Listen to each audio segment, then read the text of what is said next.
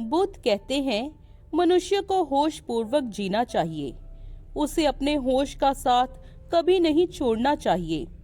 लेकिन मनुष्य अपने जीवन में कभी कभी होश में आता है और अपना सारा जीवन बेहोशी में ही निकाल देता है।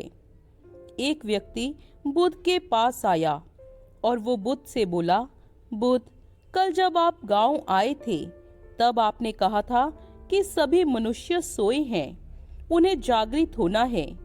सब बेहोश हैं, उन्हें होश में आना है। मैं आपकी बात नहीं समझा बुद्ध। मैं रोज सुबह उठता हूँ, जागते हुए पूरा दिन काम करता हूँ, रात को सो जाता हूँ, और वो तो सभी सोते हैं। आप भी रात को सोते हैं और सुबह जागते हैं, तो फिर आप सभी को जागने और होश में आने के लिए क्यों कहते हैं? क्या हम सभी जागते समय भी जागृत नहीं हैं? बुद्ध मुस्कुराए और बोले, तुम थोड़े जागृत हो, इसलिए तुम यहाँ मेरे पास आए हो। ये बात तो मैंने सभी गांव वालों को समझाई थी, लेकिन वो सभी सोए हैं, इसलिए उनमें से कोई भी ये सवाल लेकर यहाँ नहीं आया। तुम यहाँ आए क्योंकि तुमने मेरी बातों पर संदेह किया, और यही जागने की पहली सीढ़ी है। वो व्यक्ति बोला, बुद्ध, मैं आपकी बातों को नहीं समझ पा रहा हूँ। हम सभी रोज जागते हैं, फिर भी आप कौन सी जागने की बात करते हैं? बुद्ध ने कहा, क्या तुम्हारा विवाह हो चुका है? व्यक्ति बोला, हाँ बुद्ध, 20 साल पहले मेरा विवाह हो चुका है। बुद्ध ने कहा, क्या तुम्हारी कोई संतान है? व्यक्ति बोला, हाँ बुद्ध, मेरे 2 पुत्र हैं। बुद्ध ने कहा, जब तुम पहली बार पिता बने थे और तुमने अपने पुत्र को अपने हाथ में लिया था, तब तुमने क्या महसूस किया? वो व्यक्ति बोला, बुद्ध, वो अनुभव बहुत ही अलग था। ऐसा लगता था सारी दुनिया की खुशियां सिमटकर मेरे हाथ में आ गई हैं। उसने छोटे हाथों से मेरी उंगलियों को पकड़ा था। अपनी छोटी छोटी आंखों से वो मुझे देख रहा था। उसके शरीर से खुशबू आ रही थी। मैं वो अनुभव शब्दों में व्यक्त नहीं कर पा रहा हूँ बुद्ध। बुद्ध ने कहा, क्या ये अनुभव तुम्हें आज भी होता है जब तुम अपने पुत्र को देखते हो? व्यक्ति ने कहा, वैसा अनुभव तो नहीं होता बुद्ध, लेकिन मैं आज भी अपने पुत्र से बहुत प्रेम करता हूँ।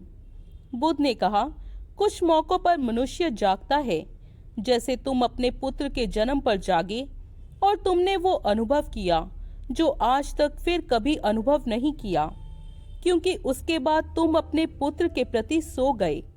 वास्तव में हम सभी संकेतों पर जीते हैं।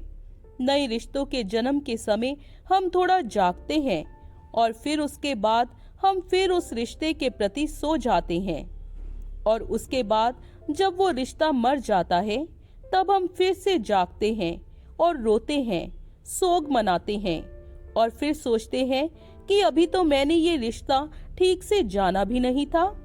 जैसे तुमने अपने पुत्र के समय उसके अस्तित्व का बोध किया, वैसे ही जागृत मनुष्य पूरी प्रकृति का बोध करता है। जब तुम सुबह रोज उठते हो तो केवल वही काम करते हो जो रोज करते आए हो। तुम किसी के प्रति जागृत नहीं रहते हो, न अपने पुत्र के प्रति, न अपनी पत्नी के प्रति, और न ही समाज के प्रति। तुम केवल संकेतों पर जीने लगते हो। तुम्हें सिर्फ एक चेहरा याद रहता है कि वो तुम्हारे पुत्र का है, वो तुम्हारी पत्नी का है, वो तुम्हारे रिश्तेदारों का है, या फिर वो तुम्हारे समाज का है। उसके अलावा उनके अस्तित्व का बोध तुम्हें नहीं होता। ये केवल तुम्हें तभी होता है जब वो तुमसे बिछड़ जाते हैं। जब तुम जागृत हो जाओगे तो तुम्हें प्रकृति का पूर्ण बोध हो जाएगा। जागरण कुछ और नहीं, हर समय केवल पूर्ण रूप से जागृत रहते हुए अस्तित्व को स्वीकार करना है।